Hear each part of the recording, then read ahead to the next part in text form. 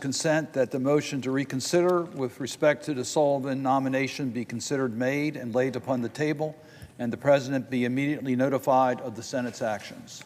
Without objection. Mr. President, today on World Refugee Day, I'm here to honor the tens of millions of people worldwide who have been forced to flee their homes.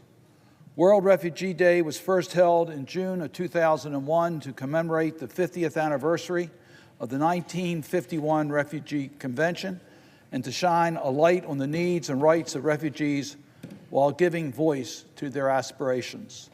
At that time, in 2001, the number of forcibly displaced persons globally was close to 20 million. Today, that number stands at 120 million people, according to the UN Refugee Agency. This staggering figure, the highest in recorded history, means that 1.5% of the entire world's population has been forced to flee their homes as a result of persecution, conflict, violence, or natural disasters like drought, crop failures, or famine.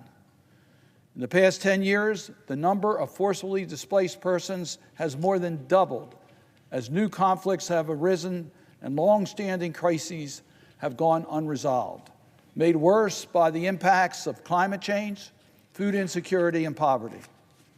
Of this 120 million, there are more than 31 million refugees who have crossed international borders to seek safety in another country.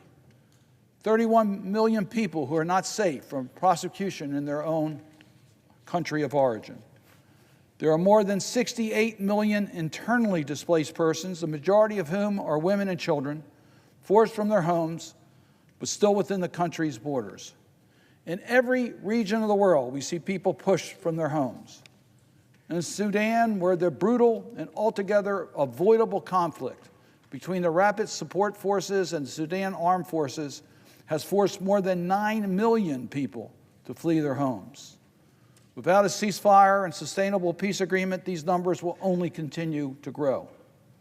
In Ukraine, where Putin's illegal full-scale invasion has pushed nearly 10 million Ukrainians from their homes, including more than 6 million refugees.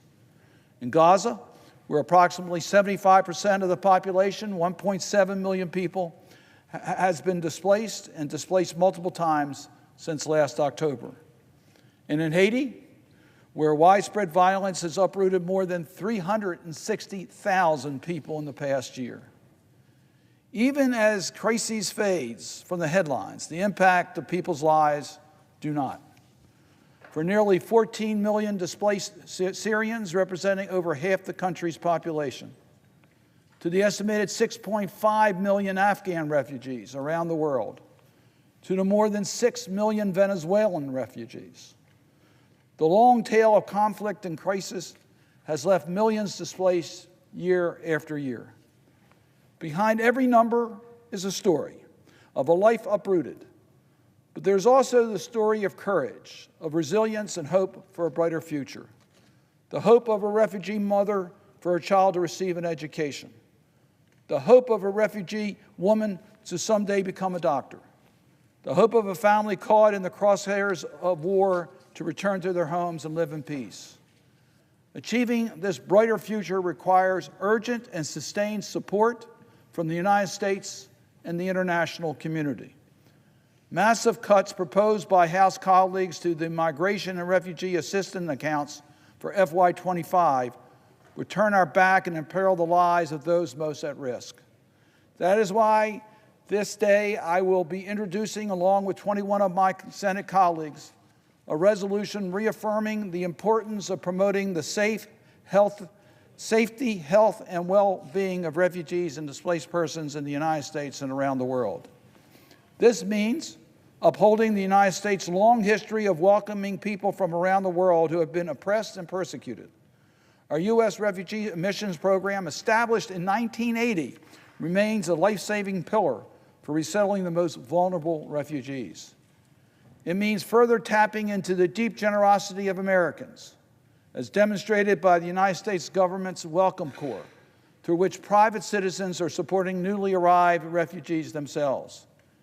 It means supporting host communities, particularly in low and middle income countries, where 75% of all refugees are hosted, while advocating for refugee inclusion.